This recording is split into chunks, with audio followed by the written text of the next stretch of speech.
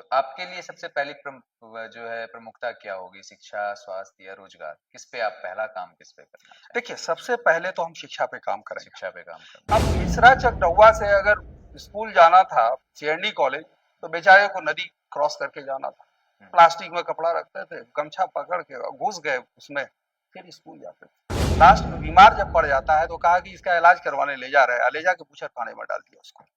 अब वो यहाँ तो तिलमिलाना स्वाभाविक है, नागरिकता समाप्त हो गई तो कल तो बांग्लादेशी कह दीजिएगा, पाकिस्तानी कह दीजिएगा। और पावर आपने किसको दे दिया है? बीएलओ है, उसको आपने दे दिया। यशस्वी जी बात ए टू जेड की कर रहे हैं, सुनने में तो बहुत अच्छा लग रहा है, लेकिन कहीं ये फिर चुनावी जुमला ना हो जाए? देखिए, जुमलेबाजी तो हमारी तरफ है ही नहीं, ये तो किसी और के नाम जो है पहले ही वो पैसा लेके कोई आएगा और उसके बाद जो है वो जीत के चला जाएगा। बताते हैं हम राम नारायण मंडल जी के बारे में, एक बार आता है, दे के चला जाता है, अब फिर नहीं आता है, तो हम कह लेते ही का है, उनको दीजिए। अब हम लोग रैपिड फायर के कुछ क्वेश्चंस हाँ करेंगे। बिल्कुल बिल्कुल, शेर हम जो है सुना देते हैं। मुब्तलाए दर्द हो कोई अजू, रोती है आंख, किस कदर हमदर्द सारे जिस्म की होती है आंख, के चू अजुई बदर्द आवुर्द रोजगार, निम दिगर अजुहारा नमानत करार। अगर कोई अंग, यही चीज है कि अगर वो दुखी हो जाए, मतलब कष्ट में आ जाए, तो दूसरा जो पार्ट है, अंग है बॉडी का, वो चैन से नहीं रह पाएगा। नमस्कार साथियों, मैं प्रभात कुमार और आप देख रहे हैं अपना बाका। आज के इस खास एपिसोड में हमारे साथ हैं बाका की एक ऐसी शख्सियत जो कभी शिक्षक के रूप में, कभी समाज सेवी के रूप में, कभी एक जागरूक नागरिक के रूप में और अब बाका की राजनीति में एक उभरते चेहरे के रूप में हमारे साथ हैं इस एपिसोड में प्रोफेसर फिरोज अंसारी जी। आपका बहुत बहुत स्वागत है सर। चलिए, आपके सारे दर्शकों को मेरा आदाब और उनका स्वागत है। आपने हमें समय दिया, इसके लिए आपको बहुत बहुत धन्यवाद। जी सर, मुझे भी बहुत अच्छा लगा सर आप हमारे शो पर आए। तो आज के हम अपने इस शो में प्रोफेसर साहब से ये जानने की कोशिश करेंगे कि बाका से इनका क्या जुड़ाव रहा है, इनके पारिवारिक जीवन, इनके निजी जीवन से जुड़े दिलचस्प पहलू, राजनीति को लेकर इनकी विचारधारा, आगामी बिहार विधानसभा चुनाव को लेकर इनकी संभावित दावेदारी और बाका के विजन को लेकर इनका क्या रोड मैप इनके माइंड में है, क्या प्लान है, क्या एग्जीक्यूशन होगा, किस तरह की समस्याएं हैं बाका के क्षेत्र में। इन तमाम पहलुओं पर आज हम सर के साथ चर्चा करेंगे। तो बिना किसी लाग लपेट के, बिना किसी देरी के हम शुरुआत करते हैं सर के परिचय के साथ। सर, हमारी जनता आपके ही मुख से आपका परिचय जानना चाहेगी। मैं प्रोफेसर मोहम्मद फिरोज अंसारी, बाका के हैं निवासी। मेरा घर ढहुआ हुआ, सारी परवरिश स्कूलिंग वगैरह इसी क्षेत्र में हुआ। बल्कि अब तो कभी कभी वो बातें हमेशा याद आती हैं, चूंकि यहाँ से हमेशा जुड़ाव रहा है मेरा, कि माली से मंदार तक है वादियां पुकारता, है कहा बच्चे मेरे वो एक टक निहारता, खो गया है शहर की एक भीड़ अब वो क्या करे, है जुदाई पर मिलन की राह है वो ताकता। तो ये मेरा इंट्रोडक्शन है, बचपन में किस तरह से हमारी स्कूलिंग हुई और किस तरह से इन माली और मंदार पहाड़ों के बीच उनकी वादियों में हम लोग खेला करते थे, जाया करते थे। और फिर मेरी स्कूलिंग के बाद जो है वो भागलपुर यूनिवर्सिटी से हमारा ग्रेजुएशन वगैरह सब कुछ हुआ। फिर पटना यूनिवर्सिटी में चले गए और फिर कमीशन में, चूंकि प्री मंडल फेज और पोस्ट मंडल फेज में 2 बार हमने आईएएस का इंटरव्यू दिया। पीसीएस और बीपीएससी तो सब मिला के अगर जोड़े तो 12-13 इंटरव्यू होगा, शायद गिनीज बुक में मेरा नाम आ जाए। और उसी दरमियान में चूंकि एक जबरदस्त कंसिस्टेंस आया तो मेरे घर के तो छोटे भाई वगैरह जितने भी थे या बहन वगैरह एडमिनिस्ट्रेशन में आ गए। डहुआ में भी 3-4 अगर जाइएगा तो ऑफिसर मिल जाएंगे। तो रियल में राह हमने ही दिखाया था, वहीं नहीं इलाके में भी, बल्कि लोग तो कहते हैं कि मुचकुंद हुए के बाद चूंकि हम ही आईएएस में इंटरव्यू देने वाले थे। अच्छा अच्छा। तो 94 में हमने दिया था, 93 बैच का था प्री मंडल फेज में और पोस्ट मंडल फेज में। उसके बाद फिर जो है जब इसमें लिंगर करने लगा तो चूंकि कमीशन इतना ब्रॉडनेस आपको दे देता है कि आप चूज कर सकते हैं। तो फिर नेट वगैरह हमने क्वालिफाई किया और उसके बाद हम लेक्चरशिप के फील्ड में आ गए। इसी के साथ हम आरजेडी से जो है वो लगातार जुड़े रहे। हम 6 साल से जो आरजेडी टीचर सेल है उसके हम महासचिव रहे। शिक्षक प्रकोष्ठ उसका जो टीचर सेल शिक्षक प्रकोष्ठ है उसके हम महासचिव रहे। और उसके बाद जो है इस टीम को हमने बांका विधानसभा क्षेत्र में जबरदस्त तरीके से एक्टिव किया। पर के बीच में पार्टी ने कुछ टीचर्स भी हमको कहा देने के लिए, तो 50-60 टीचर्स चुके हम लोगों ने। यशवंत राय जी हमारे प्रदेश अध्यक्ष हैं और जबरदस्त तरीके से वो भी काम कर रहे हैं, चाहे महाबान योजना। टीचिंग फील्ड में हम आ गए। टीचिंग फील्ड में आए तो फिर जिस फील्ड में भी हम रहे तो बहुत मन लगा कि हमने काम किया। और टीचिंग फील्ड में भी आप सैकड़ों किताबें हमारी एससीईआरटी में मिल जाएगी डिफरेंट लैंग्वेजेस में। चूंकि हमारा जो लैंग्वेज है वो 5-6 लैंग्वेज पे हमारी पकड़ है, जिसमें जर्मन है, इंग्लिश है, अरबिक है, पर्शियन है, उर्दू है, हिंदी है, सारी किताबें हमारी तमाम भाषाओं पे आपकी पकड़ का। हाँ, हमारी पकड़ है, बहुत हद तक संस्कृत में भी। तो वो सारी किताबें हमारी एससीईआरटी में मिल जाएंगी और वहां से जो है पीटीसी जो निकालती है। इसके अलावा मॉड्यूल जो है वो हमने जो तैयार किया था, ट्रेनिंग मॉड्यूल बल्कि इंग्लिश का तो सिर्फ हम ही ने अकेले ही तैयार किया था और डेमो भी दिया था। 2 जगह सासाराम में दिया था, आरा में दिया था। इधर जो है पॉलिटिकल बैकग्राउंड भी है ही। तमीजुद्दीन अंसारी साहब हमारे कांग्रेस से चचा थे, वो कांग्रेस से यहाँ से लड़े थे, तो उसमें हमने काफी जो है उनके साथ रहे। सर हमारा अगला सवाल है, शिक्षक से नेता बनने का ख्याल आपके मन में कब आया? कब एक्टिव पॉलिटिक्स में आने का विचार आपने कब किया? हमारे पास वो स्कूल तक, चेंडी हाई स्कूल जो है मेरे गांव डहुआ से, वो 2 किलोमीटर पे है। और उस वक्त आवागमन चूंकि 82 में हमने मैट्रिक किया था, आवागमन के वैसे साधन थे नहीं। चिलचिलाती धूप में हम गांव वाले, बगल में मिश्रा चकटोरी और बगल में भंडारी शक, इस सब हम लोग बच्चे जो है स्कूल आते थे उस चिलचिलाती धूप में। और फिर हम लोग जो है कभी इमली के गाछ के पास बैठते थे, कभी कहीं बैठते थे। उस वक्त हमारे दिमाग में ये बात चलती थी कि अगर बगल में स्कूल होता तो हम यहाँ इस तरह से इतनी परेशानी नहीं होती थी। तो नेचुरल है कि उस वक्त ये बात हमारे दिमाग में आती थी। तो एक लगता था कि डीएम बन के जो है हम ये लोग ये काम कर सकते कि मैं इस फील्ड में आऊँ। फिर चचा आए, पॉलिटिक्स में आए, तो मेरा ब्रॉडनेस और आया कमीशन के फील्ड। थोड़ा आपको और जो है इस चीज को आपने और खुले तौर पे देखा कि ये विराट रूप में एक दिमाग में हमेशा बात रहती थी कि हमारा जो बांका क्षेत्र है वो अगर इसी तरह से समस्याएं हर जगह है, अगर ये फुलफिल हो जाए तो यकीनन ये आदर्श बन जाएगा। और एक आदर्श के रूप में ये मोटिवेशनल हो जाएगा। और एक बात जो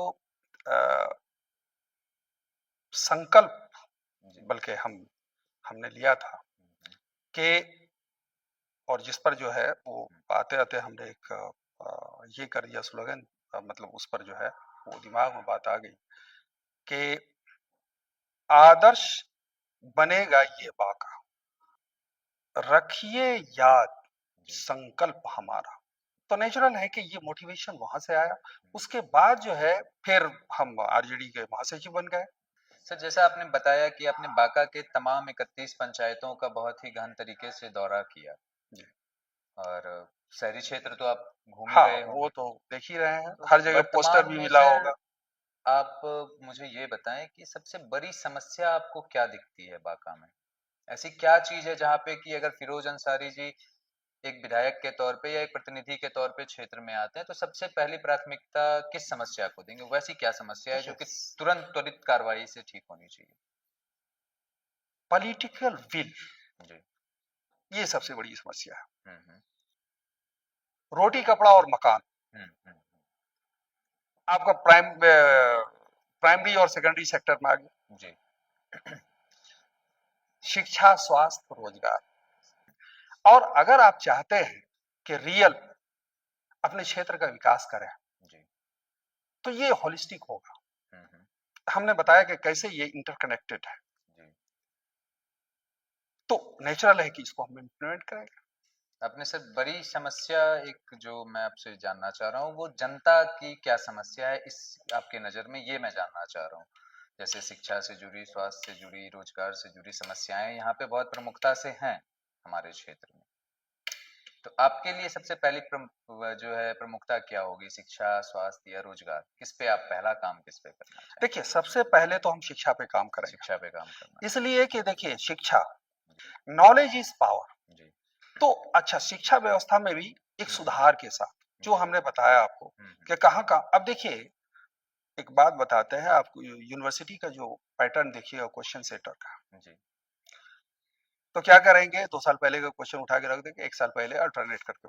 हमारा जो शिक्षक है, जैसे मान लीजिए कि लर्निंग का 3 डोमेन होता है। एक होता है कॉग्निटिव डोमेन, दूसरा इफेक्टिव होता है, तीसरा होता है साइकोमोटर। आप किस डोमेन को रियल में बच्चों का, कॉग्निटिव डोमेन हो गया जहां समझदारी आती है, संज्ञानात्मक, संज्ञा मतलब जहां पे नॉलेज, जी, मेमोरी, हाँ, लर्निंग जिसको हम कहते हैं, समझ जिसको कहते हैं, जी, अंडरस्टैंडिंग, जी, वो आपका कॉग्निटिव डोमेन है। इफेक्टिव डोमेन है जहां पे के मॉरलिटी को, जज्बात, इसको डेवलप करें। स्कूल्स हो, कॉलेजेस हो, ये ज्यादा दूर नहीं हो, उस तरह से उसका इंफ्रास्ट्रक्चर तैयार किया जाए। जी, अब मिश्रा चकडउआ से अगर स्कूल जाना था, सीएनडी कॉलेज, तो बेचारे को नदी क्रॉस करके जाना था, प्लास्टिक में कपड़ा रखते थे, गमछा पकड़ के घुस गए उसमें, फिर स्कूल जाते थे। हमारी जो राष्ट्रीय जनता दल की सरकार बनी थी, तो नेचुरल है कि जबरदस्त काम किया गया था। उसमें एक जो बहुत बड़ी बात हुई थी, जिसको हम, जिसको आज जो है ना ये सरकार का जो वर्तमान सरकार है, उसको पूरी तरह से खत्म करना चाह रहा है। हमारा जो प्रियम्बल है उसमें सोशलिज्म और सेकुलरिज्म, तो आरएसएस का देखा ही होगा आपने कि भाई इसकी कोई जरूरत नहीं, इनको हटा दिया जाए, तो वो कह रहे हैं इनको हटा दिया जाए। उनकी आपत्ति क्या है? सोशलिज्म। अब सामाजिक न्याय से सीधे हो गया, हमारा जो कॉन्स्टिट्यूशन है उससे इस पार्ट को हटा देने की बात है। मतलब सामाजिक न्याय तो क्या चाहते हैं आप, सब कॉर्पोरेट आ जाए, वहां पे हुआ। लेकिन इन्होंने एक गलती कर दी, छोटा छोटा टारगेट कर रहे थे, ईडी के जरिए किसी को फंसा दिया, किसी को कुछ कर दिया, किसी को जेल चला गया। अब इन्होंने क्या किया, चंद्रगुप्त गुप्त की तरह गलती कर दी कि सीधे मगध पे, धनान पे अटैक किया, हार गए। अब इन्होंने जो है वोटिंग राइट पे कर दिया, डेमोक्रेसी का रीढ़, सारी जनता उठ खड़ी। अभी देखिए जो हो रहा है। एसआईआर को लेकर सर आप एसआईआर को किस तरह से देख रहे हैं? ये तमाम बातें जो चल रही है अभी, वोट काटा जा रहा है, अधिकारों का हनन किया जा रहा है, संवैधानिक जो आजादी है लोगों की वो छीनी जा रही है, तो इसके दोनों एस्पेक्ट पे आपकी क्या सोच है सर? उसको हमारी जनता जानना चाहिए। देखिए सबसे बड़ी बात यह है कि ये एसआईआर जो अभी हम वोटिंग राइट की बात कर रहे थे, आर्टिकल 19 के अंडर में, वो फंडामेंटल राइट है, तो हम बता रहे थे कि कैसे ईडी सीबीआई एनिमल फार्म की तरह जो है, वहां पे कुछ पपीज होते हैं, कुत्ते का बच्चा, एक कुतिया जन्म देती है, उसको ले जाके पालता है और उसको जो है ना वफादार अपना बना लेता है, जैसे सीबीआई ईडी है हमारा। और उसके बाद जो भी उसके अगेंस्ट में जाता है उसको वो छोड़ देता है, जिसपे भी अटैक करना रहा वो उसको छोड़ देता था। यहां तक के जो मजदूर वर्ग है, 2 क्रांति हुई है रूस में, एक मार्च की क्रांति मध्यम वर्गीय थी, और दूसरा जो है वो नवंबर की क्रांति जो कि बोल्शेविक क्रांति कहलाती है, सर्वहारा वर्ग की क्रांति, प्रोलेटेरिएट। बॉक्सर जो है मजदूर क्लास का रिप्रेजेंटेशन करता है, लास्ट में बीमार जब पड़ जाता है तो कहा कि इसका इलाज करवाने ले जा रहे हैं, ले जाके बूचर खाने में डाल दिया उसको। सबका नाश करेगा। कोई आदमी हमारे लिए अभी बुरा हो सकता है, लेकिन वो बुरा है तो सबके लिए बुरा होगा। वैल्यू इंसान के साथ जाता है। तो आप एसआईआर की जो बात कर रहे थे तो वो वैसा ही है जैसे कि चंद्रगुप्त ने अटैक कर दिया था धनानंद पे, डायरेक्ट मगध पे, और हार गया था। ये एसआईआर जो हम लोगों का वोटिंग राइट है उस पर ये स्पेशल इंटेंसिव रिवीजन करवा रहे हैं जी। ये तो इंस्टीट्यूशन है, ऑटोनोमस है। अब इनके पास ये अधिकार कहां से आ गया कि भाई आप नागरिकता चेक कीजिए, ये तो होम मिनिस्ट्री का काम है। अब सवाल है कि नागरिकता की जांच का आधार आप देख लीजिए कि वो 11 डॉक्यूमेंट्स जो लोगों के पास अवेलेबल नहीं है, खिसियानी उल्ली खंबा नोचे। अब बात हो गई है कि ईडी सीबीआई सबसे काम चल नहीं रहा है तो डायरेक्ट अटैक कर दिया किस पर, वोटर्स पे।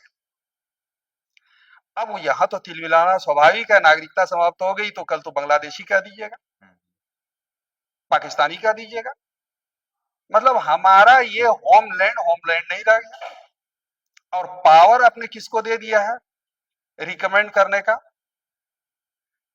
तो जो बूथ पे बीएलओ है उसको आपने दे दिया। मतलब हमारी नागरिकता का रिकमेंडेशन वो करेगा कि ये है कि नहीं। अब वो किसी से अगर बीएलओ को थोड़ा सा कड़े शब्दों में कह दे, वो रिकमेंड नहीं करके नॉट रिकमेंडेड कर दे, हम तो गए। वो किसी का भी कुछ कर सकता है। आपने देखा होगा कि बहुत सारे बीएलओ ने जो है रिजाइन कर दिया, क्योंकि जान रहा है कि कल होकर के सारे लोग जैसे हमारे राहुल जी और तेजस्वी जी बोल रहे हैं कि हम छोड़ेंगे नहीं, और जो स्थिति है वो सब देख रहा है कि 77 जैसा मूवमेंट जो है वो शुरू हो चुका है। सामाजिक स्तर पर सर आप हेल्पिंग हैंड नामक संस्था चला रहे हैं, इस अनुभव को आप राजनीति में कैसे उतारेंगे? वही हेल्पिंग हैंड जो संस्था है हमारी, तो हम जब बाका की उम्मीदवारी जो है अपना पेश किए तो वो हेल्पिंग हैंड हमारा इस तरफ भी काम कर रहा है, क्योंकि वो जो हेल्पिंग हैंड है वो शैक्षणिक स्तर से लेके सारा जो हमने प्राइमरी सेकेंडरी और टर्शियरी सेक्टर की बात की, चूंकि सब पढ़े लिखे हैं उनको गाइड करते हैं, तो वो जहां भी आते हैं बहुत सारे, अभी मेरे गांव में ही जाइएगा तो 100-200 टीचर ही खाली मिल जाएंगे आपके गांव में, मेरे को, और ऑफिसर्स वगैरह। तो हमारे बाद जो है एक बढ़िया कंसेंसस आया था, तो नेचुरल है कि वो संस्था जो हेल्पिंग हैंड है अभी वितरण हो रहा है, मां बहन योजना, ये सब, तो सारे लोग उसमें भी लगे हुए हैं। सर पिछले 15-20 साल की अगर हम बात करें, जब से सुशासन की सरकार बिहार में है, तो जो क्षेत्रीय विधायक हैं या जो हमारी सरकार रही है, तो वो बाका के लोगों को कितना न्याय दे पाई है, कितना न्याय संगत ये सरकार अपने क्रियाकलापों को लेकर बाका के लिए हो पाई है? देखिए सबसे बड़ी बात यह है कि ये जो सरकार है जी, डबल इंजन की सरकार, नेचुरल है कि उनके प्रभाव में ये सामाजिक न्याय जब वो सीधे हेड ऑफिस से ही आ रहा है, तो आइडियोलॉजी तो एक दिन में बनती नहीं, उनसे ये प्रभावित है और वो खुल के काम बंधे हुए हैं आइडियोलॉजिकली। रियल में अगर देखिएगा तो आपका जेडीयू जो है वो प्रोडक्ट है जयप्रकाश नारायण का जो आंदोलन है, तो आइडियोलॉजिकली तो वो इधर है और फिजिकली उधर चलेगा। अब ये दोनों टसल जब चलेगा खींच तान तो कहां से बात बन पाएगी, इसलिए ये नकारात्मक रूप में चला गया। लेकिन सर लालू जी के सामाजिक न्याय की जानकारी आपने भी दी और भी लोग जान ही रहे हैं, जिन्होंने बिहार को पढ़ा है, समझा है, जान रहे हैं। लेकिन जो हमारे बिहार समाज के जो अगड़ी जाति के लोग, आरजेडी से उनका जुड़ाव स्थापित नहीं हो पाया है, तो उसको आप किस तरह से देखते हैं? ये आगामी चुनाव को किस तरह से प्रभावित करेगा? क्या तेजस्वी जी उस चीज को बदलने में अपने आप को कहाँ तक सफल मान पा रहे हैं? क्या वो बदल पाएंगे या नहीं?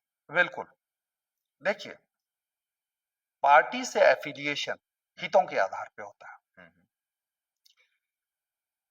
और आइडियोलॉजी के बेसिस पे होता है, लेकिन आइडियोलॉजी कम, ये मैटेरियलिस्टिक दौर है, नहीं, क्योंकि तेजस्वी जी बात ए टू जेड की कर रहे हैं, हम्म सुनने में तो बहुत अच्छा लग रहा है, हम्म। लेकिन कहीं ये फिर चुनावी जुमला ना हो जाए।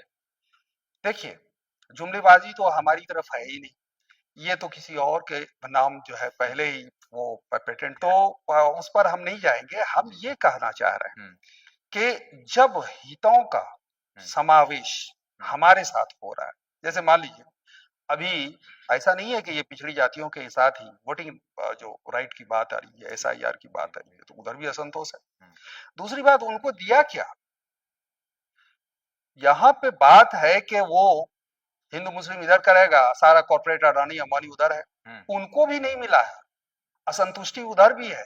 सारे क्षेत्रों से हम मिल रहे हैं, अच्छा अच्छा। क्षेत्र में सारे लोगों से हम मिल रहे मतलब उस खेमे में भी आपको असंतुष्टि दिख हैं, रही है। जबरदस्त। अब नाम नहीं बताएंगे उन्होंने, हालांकि वो बात तो रखी उन्होंने, हम्म कहा कि आइए ना प्रोफेसर साहब, इन लोगों का तो जमानत जब्त करवा दे। हम्म। वो राजपूत जाति का था। अगले सवाल की तरफ बढ़ते हैं सर। जैसा कि आप कहते हैं, शिक्षा ही आपकी ताकत है, लेकिन राजनीति में ताकत, पैसा और संगठन, ये दो चीज भी होती है। इसमें देखिए आपकी तैयारी कहाँ तक है? देखिए, पैसा तो हम रिजेक्ट करते हैं, ठीक है। संगठन हमारा बड़ी जबरदस्त है, और खास करके तेजस्वी जी के नेतृत्व, हम्म लालू जी के नेतृत्व में जो काम हुआ था हम्म उनका और जो है प्रोग्रेस हो गया। हम्म, अभी अगर आप क्षेत्र घूमेंगे जी तो लोगों को ये पता चल जाएगा हम्म, कि भाई किस उम्मीदवार की क्या स्थिति है, वो तो लोग बताएंगे। हाँ वो तो जनता और बात कर ये रही है। चीज जो है सारा जो वहां पे संगठन है, हम्म ऊपर से लेके नीचे तक, हम्म वो सबको पता चल जा रहा है। तो वैसी स्थिति नहीं है कि पैसा लेके कोई आएगा और उसके बाद जो है वो जीत के चला जाएगा। बताते हैं हम राम नारायण मंडल जी के बारे में, जी उनके बारे में जो उनके जो वोटर्स है वो हम्म कह रहे हैं कि एक बार आता है, अब फिर नहीं आता है। तो हम कह लेते ही का है, हम्म, दो बात में से एक बात होगी। जी तो पैसा की जरूरत है कहाँ? जनता विकास चाहती है, हम्म जनता ये चाहती है कि हमारे बच्चे जो हैं वो बेहतर तरीके से पले बढ़े, घर बेहतर तरीके से चले, हम्म। खुशहाल रहे। वो चाहता है, वो पैसा नहीं है, वो उसके पॉकेट में ले जाके खोस देगा। मतलब पैसा आपके लिए उतनी अहमियत कोई अहमियत राजनीति में नहीं नहीं, रखता है और उसकी, सांगठनिक रूप से आप अपने आप को बहुत मजबूत बहुत मजबूत पा रहा देख रहे हैं। सर, आपका विजन सिर्फ विधायक बनना है या बाका की किस्मत को बदलना है? है। बाका पुत्र का हम्म, जो एक ऐलान है, जी संकल्प पे ही मेरा ध्यान है, ठीक है। और हम संकल्पित हैं कि हम्म, इस क्षेत्र को हम आदर्श बनाएंगे। तो नेचुरल है कि बाका के प्रति जो हमदर्दी है, और जो उसके तरह से एक परिवार के रूप में हम बाका को मानते हैं, जी और जिस तरह से एक गार्जियन अपने परिवार को के सारे सदस्यों का उत्थान चाहता है, हम्म, ठीक वही कंसेप्ट मेरे दिमाग में आज से नहीं है, बचपन से मैं भी चाहता हूँ। क्योंकि मेरी पहचान उनसे जुड़ी हुई है, मैं कहीं भी जाता हूं तो अब मेरे दोस्त हैं आपके बाका के क्षेत्र से मिले थे, नेचुरल है। अगर वो डेवलप है तो नेचुरल है डेवलपमेंट दिखेगा। बिल्कुल तो बिल्कुल। वो वहां पे जब कहता है कि वो मिले थे, हम्म, तो नेचुरल है उसकी उससे मेरी आइडेंटिटी है। जी और वो अगर मजबूत और सशक्त है तो हम्म, फिर हम भी सशक्त हैं, और वो अगर पिछड़ा और बहुत ज्यादा निचले स्तर पे चला गया है जी तो फिर हमारी पहचान उनसे अलग नहीं है। आपके क्षेत्र का तो आदमी हमने देखा था। जी।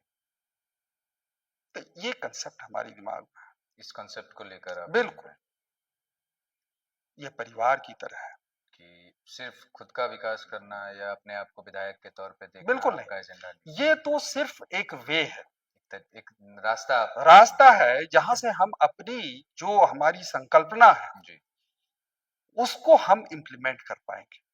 सर, अब हम लोग रैपिड फायर के कुछ क्वेश्चंस हाँ करेंगे, बिल्कुल तो बिल्कुल। उससे पहले और इस पर एक ठो शेर हम जो है सुना देते हैं, जी मैं वही बड़ा कहना अच्छा चाह है। रहा था कि आप कुछ अगर हाँ हाँ। सुना दें हमारी जनता को आखिरी में जाते जाते, तो रैपिड फायर से ये पहले। एक इकबाल का शेर सुनाता हूँ। जी हमने तो अपना शेर कुछ सुनाया आपको, हम्म जो कि अपना मेरा जो जुड़ा हुआ है इस हम्म क्षेत्र से, हम्म कि मुब्तला हो कोई अज़ू तो रोती है आंख, मुब्तलाए दर्द हो कोई अज़ू जी रोती है आंख, किस कदर हमदर्द सारे जिस्म की होती है आंख।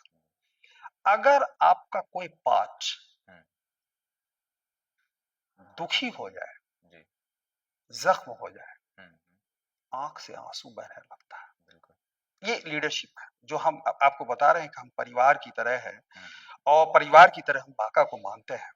एक और उसी पे हम रिपीट कर देते हैं जी कि ये फारसी में है जी कि चू अजुई बदर्द आउर्द रोजगार हम्म, निम दिगर अजुहारा नमानत करार। अगर कोई अंग, हम्म, यही चीज है कि अगर वो दुखी हो जाए मतलब कष्ट में आ जाए जी तो दूसरा जो पार्ट है, अंग है बॉडी का, वो हम्म, चैन से नहीं रह पाएगा। तो नेचुरल है कि ये बाका हमारा जिस्म की तरह है, उसका कहीं भी बेचैनी हम कम बर्दाश्त नहीं कर बर्दाश्त नहीं कर पाएंगे क्योंकि वो हमको कष्ट देगा। तो हमारा ये कंसेप्ट हम्म, है, एमएलए बनना ये सिर्फ एक जरिया है। जरिया है। तो सर रैपिड फायर में हम कुछ क्वेश्चंस आपसे पूछेंगे। राजनीति और पढ़ाई के अलावा आपके सबसे पसंदीदा शौक क्या है? देखिए, हम जो पढ़ाई की आप बात करते हैं तो नेचुरल है कि शायरी जबरदस्त है, चूंकि जी देखिए हम डिफरेंट लैंग्वेजेस के हैं हम्म, तो हम उर्दू में भी शायरी करते हैं, इंग्लिश में भी जो है पोइट्री है मेरी, जी काइंडनेस वगैरह हम दिया था एसएडी में। हम्म, उसके बाद जो है पर्शियन में भी है, क्लास 7th और 8th में सबसे क्रिएटिव काम उसमें है मेरा, जी चूंकि कहानीकार भी है हम है पर्शियन में हम्म, और ये भी है क्या कहते हैं कि पोइट भी है। और हिंदी में भी है, बहुत सारा हिंदी का तो अभी सुना है, हिंदी उर्दू रियल में जी ये दोनों कोई अलग लैंग्वेज नहीं है। हम्म, इसको तो फोर्ट विलियम कॉलेज से फूट डालो शासन करो नीति के तहत कर दिया गया था, वरना हिंदी कहलाता था 1857 तक। 1857 के बाद जो है ये दो फोर्ट विलियम कॉलेज में जो है विभाग कायम कर दिया, ये हिंदी वो, और राजनीति शुरू हो गई, अंग्रेजों ने शुरू किया, बाद में इसको लेके बढ़ गए। अच्छा अच्छा। सर अगला सवाल, फिल्मों या संगीत में आपकी पसंद कैसी है? कोई पसंदीदा अभिनेता या गायक? देखिए, अभिनेता के तौर पे ट्रेजेडी किंग जो है वो हमें बहुत अच्छा लगता है, दिलीप कुमार। बिहार का सबसे बड़ा मुद्दा सर एक शब्द में बताइए। Bihar political will, political will, इसकी सबसे ज्यादा कमी। सबसे ज्यादा, राजनीतिक इच्छा शक्ति की वजह से बिल्कुल आज बिहार निचले पायदान। बिल्कुल, वो जिस दिन आ जाएगा सब हो जाएगा। किताब या मोबाइल से? किताब हमें ज्यादा पसंद किताब ज्यादा प्रेफर। दिन की शुरुआत अखबार या लैपटॉप से होती है? है, हम अखबार से ही शुरू अखबार करते हैं। प्रेफर करते हैं। आपकी लाइफ का सबसे बड़ा मोटिवेशन सर? मोटिवेशन लाइफ में जो बड़े लोग हैं जैसे महात्मा गांधी, वो सब तो अपनी जगह है। मेरे पिता, जी मेरी माता हम्म, और मेरे दादा, जी एक वैल्यू बेस्ड लाइफ उन लोगों की रही है जी और बहुत ही पॉजिटिव एंगल है। हम्म, हमेशा जैसे कहता है ना वो शायरी का, if winter comes can spring be far behind, जी जी कि अगर जाड़ा आ गया है ठुठुरता हुआ हम्म, तो बाहर का मौसम दूर नहीं है, उसके बाद आएगा। जी ये पॉजिटिव सर्द थिंकिंग, रात के बाद बाहर आती है। बिल्कुल। तो ये चीजें जो है हमको अपना फैमिली विरासत में किसी के बारे में भी कहीं भी पूछ सकते हैं, हमारे फादर के बारे में, हमारे दादा के बारे में, हम्म, वो लोग और संस्कार हम्म। और वैल्यू की पहली पाठशाला आपका घर होता है। बिहार में सर एक तीसरा फ्रंट हम लोग देख रहे हैं जो काफी ज्यादा चर्चा में है पिछले कुछ सालों से, जनसुराज पीके। जी, उसको लेकर आपकी क्या सीधी प्रतिक्रिया है सर? हमारी जनता जानना चाहिए क्योंकि आप शिक्षाविद हैं, तो थोड़ा जनता का भी कॉन्सेप्ट क्लियर होना चाहिए। देखिए सबसे बड़ी बात है कि ये क्वेश्चन जो है हर क्षेत्र में एक अ, अमित झा थे, जी उनका नाम भी ले लेता हूँ, हम्म, उन्होंने पूछा था हमसे जी कि अ, आप इनको कैसे देख रहे हैं, जो सवाल आपने किया, प्रशांत किशोर या प्रशांत किशोर जनसुराज? जी या जनसराज को कैसे देख रहे हैं। हम्म, हम कहे देखिए बहुत सारे लोगों को केजरीवाल इसमें नजर आता है, जी लेकिन जो मैं आपको बताने जा रहा हूँ, जो मेरा एक्सपीरियंस है, एक शिक्षाविद ही नहीं, मैं शिक्षक भी हूँ और सारा कुछ हूँ, कि केजरीवाल जो आए थे वो अन्ना हजारे मूवमेंट में आए थे, जी भ्रष्टाचार के खिलाफ, वो फौज, ये लोक वो लोक लोकपाल बिल की बात, नैतिकता, ये वो एक आंदोलन था। हम्म, और ये उस मुद्दे में शरीक थे। हालांकि बाद में इन्होंने जो किया सबको पता है, पूरी दुनिया देख रही है। तो वो वहां सेल्फिश थे, लेकिन उसने चोला ढक लिया। बीजेपी भी उसके बाद देखिए रहे। तो असल तो वही थे अन्ना हजारे, और सब पीछे हो लिए। अन्ना हजारे ने मूवमेंट खड़ा किया, सब अपने अपनी राह निकल लिए। तो लेकिन था वो मूवमेंट, और वो चीज केजरीवाल के शुरुआती दिनों में नजर भी आया। बाद में जो स्थिति बनी वो आपने देख लिया। तो वो अन्ना हजारे मूवमेंट का प्रोडक्ट था केजरीवाल, और ये कॉर्पोरेट का प्रोडक्ट। ये वो स्थिति प्राप्त नहीं कर सकते हैं, वोटर्स जितना उमड़ जाए। लेकिन वोट में कन्वर्ट बहुत मुश्किल है, वो खुद भी कहते हैं। भीड़ को वोट में कन्वर्ट करना बहुत मुश्किल है। वो खुद भी कहते हैं कि हम 10 से नीचे रहेंगे, या फिर तो छोड़ दीजिए 10 से नीचे, वो खुद ही बोल रहे हैं। दूसरी बात है उनका जो विजन है, कहीं कहीं पे हमको लगता है, एक तो ये है कि 20 में जो चुनाव घोषणा पत्र है हमारी पार्टी का, वही सब बात बोल रहे हैं। दूसरी बात ये है कि अब गांधी जी को पीछे रख के वो उसके बाद कहते हैं कि शराबबंदी नहीं होगी, हम शराब को चालू कर देंगे। अरे भाई, कारण भी बताते हैं सर। वो कारण आप क्या बता रहे हैं? आप ज्यादा महात्मा गांधी से, हमारे कॉन्स्टिट्यूशन के निर्माताओं से ज्यादा अनुभवी नहीं है। एक शराब कितना नुकसान कर सकता है, डायरेक्टिव प्रिंसिपल्स में उसको बैन करने का जो है वो निर्देश है कि राज्य जो है अपने अनुकूल उसको प्रतिबंधित करे। तो अब आप कहिएगा 10 लोग वहां मर गया, 20 लोग वहां मर गया, तस्करी शुरू हो गई। अरे भाई, इसको पॉलिटिकल विल और एडमिनिस्ट्रेटिव जो ये है इम्प्लीमेंटेशन, एग्जीक्यूशन, उसके जरिए आप कंट्रोल कर सकते हैं। पॉकेटमार को पकड़ के आप दिल्ली से ले आते हैं, और ये नहीं कर सकते आप।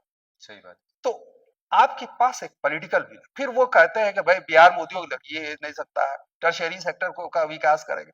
अरे भाई, ये इंटरकनेक्टेड चीज है। क्या चाहते हैं कि पलायन को और पलायन दे दें? नहीं, ये तो अब आप कहिएगा कि ब्रेन ड्रेन पहले से चल रहा है, हमारे साइंटिस्ट अमेरिका में सबसे प्रोडक्ट वहां तैयार हो रहा है। अरे भाई, आप खुद दीजिए उसको। कभी कहते हैं कि भाई प्राइवेट स्कूल में हम कर देंगे बच्चों को। क्या हमारे टीचर्स आज भी प्राइवेट स्कूल में सरकारी टीचर के मुकाबले में नहीं है? नहीं।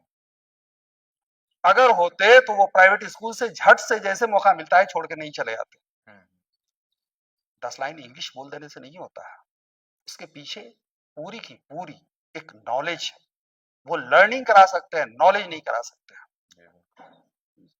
ये अब सवाल है कि ये तो कोई लिंग्विस्ट ही बताएगा, या फिर जो थियरी हमारा क्रिटिसिज्म में चलता है वो बताएगा कि रियल में हमारे बच्चों को कहाँ पढ़ना चाहिए। मिक्स्ड इकोनॉमी हमने अपनाया, ठीक है, बगल में प्राइवेट वाला भी रहेगा, ताकि सोसाइटी में कुछ शान और शौकत दिखाने के लिए लोग कहेंगे कि भाई हमारे बच्चे फला जगह पढ़ते हैं, लेकिन करेगा ये। सर, जनता से आपका क्या संदेश होगा? एक लाइन में हमारी जनता को बताएं। बस संदेश हमारा के आखिरी वक्त में, अभी ये हमारा जो पॉडकास्ट है वो आखिरी समय में चल रहा है सर, ये है कि एक बात मैं कहूंगा कि आदर्श बनेगा ये बाका, रखिए याद संकल्प हमारा। चलिए सर, बहुत अच्छा लगा। आपने अपनी बातों को बहुत ही बेबाकी से कैमरे के सामने रखा, हमारे प्लेटफॉर्म पर रखा, और जनता इसको देखना और सुनना भी पसंद करेगी। आपका बहुत बहुत धन्यवाद हमारे शो में। बहुत बहुत शुक्रिया, आपके दर्शकों को भी बहुत बहुत शुक्रिया। तो अब हमारे साथ आप ऐसे ही जुड़े रहिए। अगले एपिसोड में फिर मिलते हैं किसी खास चेहरे के साथ, किसी खास मुद्दे के साथ, किसी खास कहानी के साथ। धन्यवाद। चलिए, शुक्रिया।